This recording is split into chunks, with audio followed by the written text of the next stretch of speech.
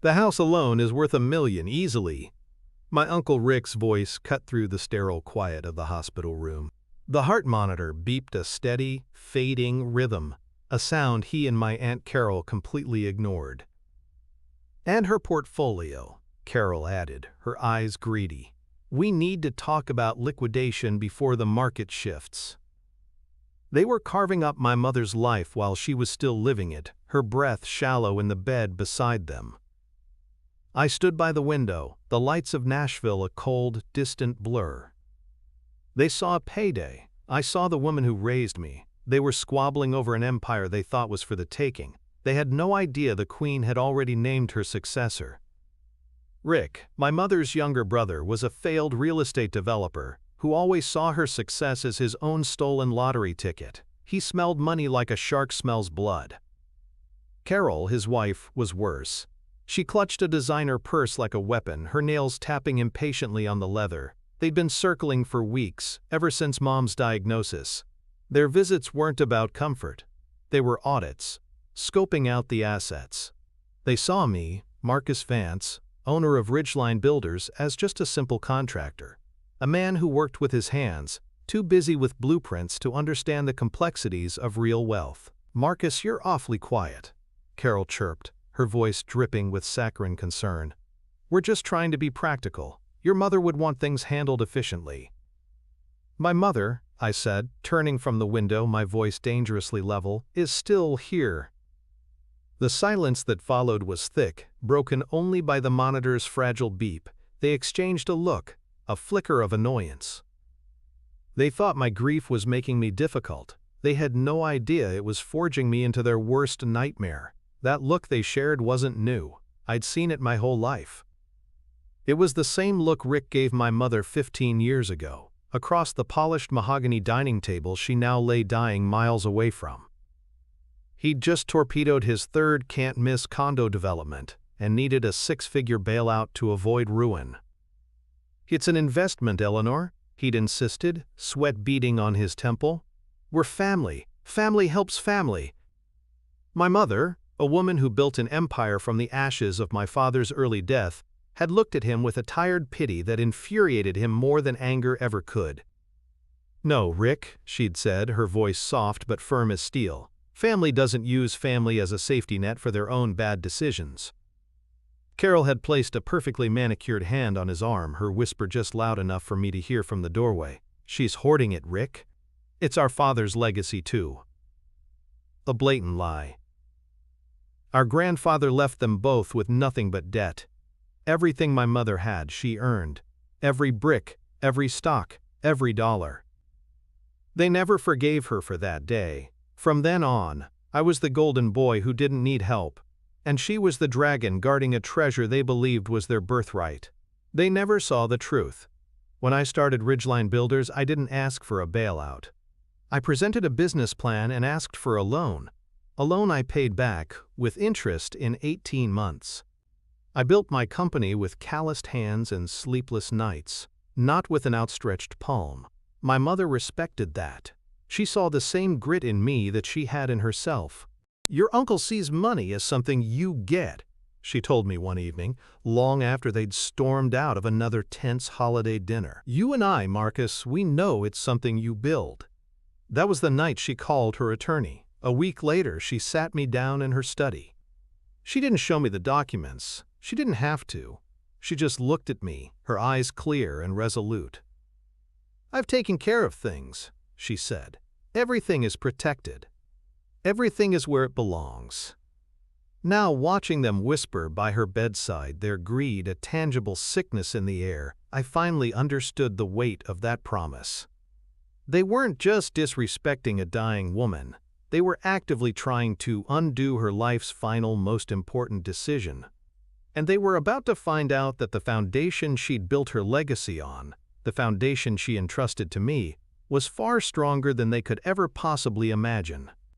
The final beep came 3 hours later, a long, unbroken line on the screen that sliced the world in two, before and after. Carol let out a small, performative sniffle, dabbing a perfectly dry eye with a tissue. Rick placed a hand on my shoulder, a gesture that felt less like comfort and more like a claim of ownership. "It's a mercy, Marcus," he said, his voice a low, conspiratorial rumble. "She's at peace." He didn't wait for my response, already pivoting. "We should head to the house. There are arrangements to be made, papers to secure before they get misplaced." The "we" hung in the air, heavy and false. I just nodded, my throat too tight to speak. The grief was a physical weight, a pressure behind my eyes, but beneath it, a cold, hard clarity was forming. This wasn't the beginning of their mourning. It was the start of their invasion. By the time I arrived at my mother's home, my home, a voice in my head corrected, their car was already in the driveway. A sleek, unfamiliar sedan was parked behind it. Rick met me at the door, physically blocking the entrance. Carol stood behind him, her arms crossed, a man in a crisp suit beside her. He had the soft hands and predatory smile of a lawyer who specialized in contentious estates.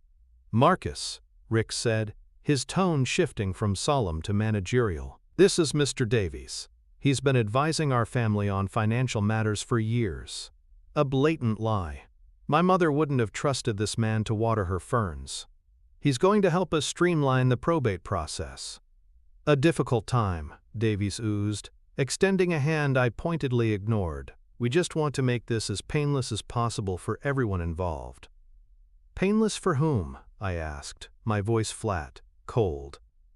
Carol stepped forward, her patience already fraying at the edges. "Don't be difficult, Marcus. We've already had a locksmith come by. For security, you understand, we can't have just anyone coming and going at a time like this." She dangled a new set of keys from her perfectly manicured finger, a tiny, metallic declaration of war. They had locked me out of the house my mother had built, the house she had left to me. The audacity of it was breathtaking. "The will needs to be located and read." Rick pressed on, steamrolling over the insult. "Davies has already filed the preliminary paperwork to have me appointed as executor of the estate. It's just a formality, of course. As her only brother, it's the logical choice." They were moving so fast, a coordinated assault planned weeks, maybe months in advance. They saw a grieving son, a simple builder they could sideline with legal jargon and brute force. They assumed my grief had rendered me weak, vulnerable. Davies cleared his throat, holding out a leather-bound folder as if it were a holy text. "Actually, there's a document here we'd like you to sign. It simply acknowledges Rick's provisional role and allows us to begin consolidating the assets immediately. It will save months of legal wrangling and unnecessary costs." They weren't just trying to take over, they were trying to get my signature on their theft, my own signature authorizing my own dispossession. I looked from the condescending smirk on the lawyer's face to the triumphant gleam in my uncle's eyes. They thought they had me cornered. They thought the game was over. My mother's words echoed in my mind, no longer a comfort, but a blueprint for war. "Smarcum de lo, everything is protected. Everything is where it belongs." She hadn't just built a financial fortress, she'd laid a perfect trap, knowing exactly who would come knocking. And I watched, with a grim and rising satisfaction as they hammered their own nails into its lid. I let the silence stretch, savoring the smug confidence radiating from their little trio on the porch. My eyes moved from the condescending document in Davies' hand to the new house keys Carol dangled like a trophy. I took one slow, deep breath. The raw, hot agony of grief was cooling, hardening into something far more useful. It was forging itself into a weapon. "No," I said. The word was quiet, but it landed with the force of a wrecking ball. Rick's paternal mask slipped, revealing the raw frustration beneath. "Marcus, don't be emotional. This is just a formality to get things moving." "I said no," I repeated, my voice flat and cold as steel. I met his gaze and held it until he looked away. Then I turned to the lawyer. "Mr. Davies, I'm sure you're very good at what you do, but your services will not be required." Davies' professional smile flickered. I'm sorry. I was retained by the family to— You were retained by my uncle. I cut in, my tone leaving no room for argument. My mother, however, had her own legal counsel, a man she trusted for over 30 years. His name is Alan Croft. He has all of her final documents, including her last will and testament. He will be handling everything. The name hit them like a physical blow. Carol's triumphant posture deflated. Rick went pale. They knew the name.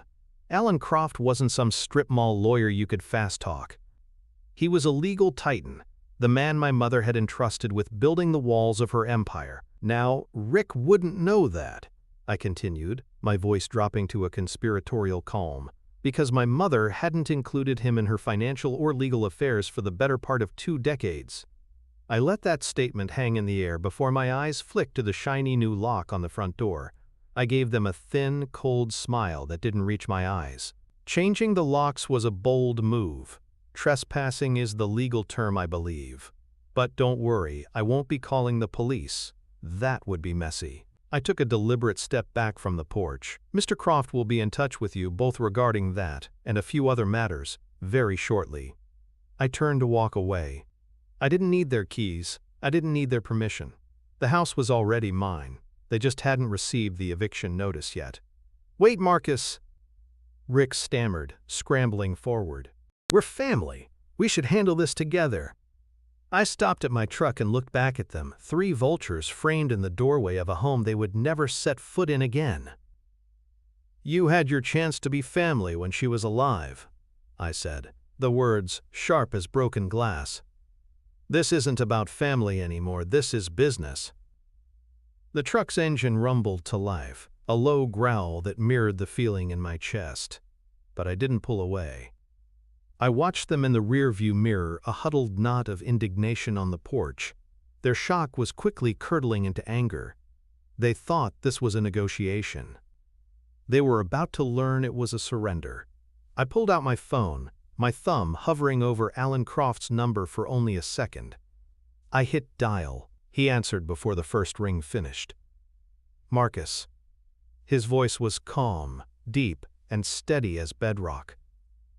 I'm so very sorry for your loss. Eleanor was one of a kind. Thank you, Alan, I said, my own voice tight. They're here, they've changed the locks. There was a pause, but it wasn't one of surprise. It was a moment of grim confirmation. Of course they did, he said, a sigh of weary disappointment in his tone. And I imagine they had a lawyer with them, a Mr. Davies perhaps, and a document for you to sign, appointing Rick as provisional executor? The blood went cold in my veins. How did you know? Because your mother knew, Alan said, and for the first time a hint of steel entered his voice. She wrote me a letter 6 months ago, Marcus, an addendum to her final instructions. She laid out their most likely course of action, step by step. Changing the locks, hiring a cut-rate probate shark, trying to pressure you into signing away your rights while you were grieving. She called it their Vulture Playbook. The Vulture Playbook. The name was so perfectly my mother's, cold, precise, and utterly contemptuous. A bitter laugh escaped my lips. She didn't miss a thing, did she? Never, Alan confirmed, which is why we are in a very strong position. Their actions, specifically the illegal lockout and the attempt to coerce you with fraudulent documents, are not just tasteless. They are legally actionable. They've already broken the law. He paused. I have the will, Marcus. Executed, notarized, and ironclad. You are the sole executor and the sole beneficiary of the Eleanor Vance Trust. Everything, the house, the portfolio, the business holdings, is yours, effective at the moment of her passing. Rick and Carol are mentioned by name. They are explicitly and deliberately disinherited. I closed my eyes, the weight of it all settling in. It wasn't just a will, it was a shield. A weapon she'd left behind for me. What do we do now? Now, we follow your mother's playbook, Alan said, his voice now sharp with purpose. First, hang up with me. I'm calling Mr. Davies, office directly. He'll receive a verbal cease and desist, followed by a formal notice that will make his hair stand on end. He'll be advised that his clients are to vacate the property immediately and return the original keys, or I will have the sheriff there within the hour to remove them for trespassing. Second, I have a locksmith on standby. He'll be at the house in 20 minutes to give you access. Finally, I will inform Mr. Davies that the official reading of the will is to take place at my office. Tomorrow at 10 a.m. attendance is mandatory. Tomorrow? I was stunned by the speed. Your mother was not a fan of delays, Marcus. And frankly, neither am I. Let's not give them time to regroup and invent new lies. We cut the head off the snake. I hung up, my heart hammering against my ribs. This was it. The machine my mother had built was grinding into motion. I watched the porch. Less than a minute passed before Rick's phone rang. I saw him answer, his face a mask of blustering confidence. Then, I watched that mask crumble. His face went from red to a sickly mottled white. He started pacing, gesturing wildly, his voice a frantic bark I couldn't hear but could feel. Davies took the phone, his professional calm evaporating as he listened. Carol just stood there, her hands clutching her purse, her perfectly painted face a canvas of disbelief and dawning horror. Davies snapped the phone shut and said something sharp to Rick. They looked at my truck, no longer with arrogance, but with a new, unfamiliar emotion. Fear. My own phone buzzed. It was Rick. I let it ring twice before answering, putting it on speaker. "Marcus, what the hell was that?" he bellowed, his voice cracking with panic. "That lawyer of yours is threatening us. He's talking about the police. This is insane." "That lawyer," I said, my voice dangerously quiet, "is my mother's lawyer, Alan Croft. From now on, you will direct all communication to him. You are not to contact me again. But we're family. We need to talk about this." "The time for talking is over, Rick," I said, the words falling like chips of ice. "My mother made her wishes perfectly clear. You'll hear all about them tomorrow. 10 o'clock. Don't be late." I ended the call before he could respond, cutting off his sputtering protests. I watched as their pathetic little coup fell apart. Davies, clearly realizing he'd hitched his wagon to a couple of fools, spoke to them in clipped, furious tones, before practically running to his car and peeling out of the driveway. Rick and Carol stood there, lost and defeated. Carol threw the new keys onto the porch steps in a fit of pique, and they scurried to their own car like rats fleeing a sinking ship. As they drove away, another car pulled up, a van with All City locksmiths on the side. The driver got out, gave me a small nod, and went to work on the front door. I finally put my truck in gear and pulled into the driveway. My driveway. I walked up the stone path to my front door. The house was quiet, bathed in the soft light of the late afternoon. It was no longer a battlefield. It was a sanctuary. My mother had made sure of it. She hadn't just left me an inheritance, she'd left me a victory. And the final battle was scheduled for the morning. The law offices of Croft, Finch, and Gable were a world away from the sterile hospital corridors and the tense silence of my mother's home. It was old Nashville money, all dark wood, polished brass, and the hushed, expensive scent of leather and paper. It wasn't a place for arguments. It was a place where arguments ended. I sat in a high-backed leather chair across from Alan Croft's massive oak desk. He slid a single thick envelope towards me. "Her final will and testament," he said, his voice a low rumble, "and a personal letter for you, to be read later." I just nodded, my hands resting calmly on the table. I felt a strange sense of peace. This wasn't my fight, it was my mother's. I was just the final move in a game she'd won before it even began. The door opened and Rick and Carol scurried in, looking like they hadn't slept. Carol's makeup was a little too thick, a desperate mask of composure. Rick's face was puffy, his eyes darting around the room, searching for an angle, a weakness. They looked small in this room, their bluster from the day before completely gone, replaced by a sour, resentful anxiety. They sat, stiffly, in the two chairs opposite me. Alan Croft didn't waste time on pleasantries. He put on a pair of reading glasses, the gesture both academic and absolute.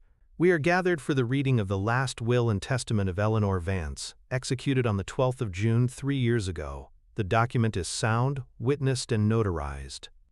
I will be brief and read only the relevant dispositive provisions." He cleared his throat. "First, I, Eleanor Vance, being of sound mind and body, do hereby appoint my son Marcus Vance as the sole executor of my estate. Should he be unable to serve, Alan Croft will act in his stead." Carol shifted in her seat. Rick's knuckles were white where he gripped the chair's arms. Alan continued, his voice an unyielding monotone. "Second, I hereby bequeath the entirety of my estate, including all real property, stocks, bonds, business holdings, and personal effects, to the Eleanor Vance Trust. The sole trustee and sole beneficiary of said trust is my son, Marcus Vance." A choked sound escaped Carol's throat. Rick shot to his feet. "That's impossible. She wouldn't. We're her only family." He manipulated her. Alan Croft looked up from the document, his gaze so cold it could have frozen fire. "Please sit down, Mr. Miller. I am not finished." He waited a beat until Rick, trembling with fury, sank back into his chair. Alan's eyes returned to the page. "There is one final clause. Article 3, Section 4. It reads, 'For reasons of their own making, I intentionally make no provision in this will for my brother Rick Miller or his wife Carol Miller, nor for their issue. They have received all they will ever receive from me during my lifetime.'" The silence that followed was absolute. Then it shattered. "A forgery!" Carol shrieked, her voice cracking. "She was sick. She wasn't in her right mind. Marcus, you poisoned her against us. We'll contest this. We'll tie this up in court for years." Rick snarled, his face a blotchy, furious red. "No judge will uphold this." Alan calmly folded his hands on the desk. "On the contrary," he said, his voice dangerously soft. "Your sister anticipated this exact reaction. It's outlined quite clearly in her Vulture playbook." He reached into a drawer and pulled out a slim tablet. "Eleanor sat for a video deposition with me 2 months ago. In it, she confirms her wishes, explains her reasoning in lucid detail, and attests to the fact that she is under no duress. She was also evaluated by 2 independent geriatric psychiatrists who confirmed her complete mental competence. Their signed affidavits are attached to the will." He tapped the tablet. "Every legal challenge you can imagine has already been anticipated and neutralized. Contesting this will not only fail, it will be deemed a frivolous action, and you will be liable for all of my client's legal fees." Rick and Carol stared, utterly defeated. The fight drained out of them, leaving behind a hollow, gaping shock. But Alan wasn't finished. "My mother's playbook had one final brutal chapter. That brings us to the other matters I mentioned," Alan said, pulling a second file from his desk. "During my duties as executor, Marcus has asked me to audit all outstanding debts to the estate.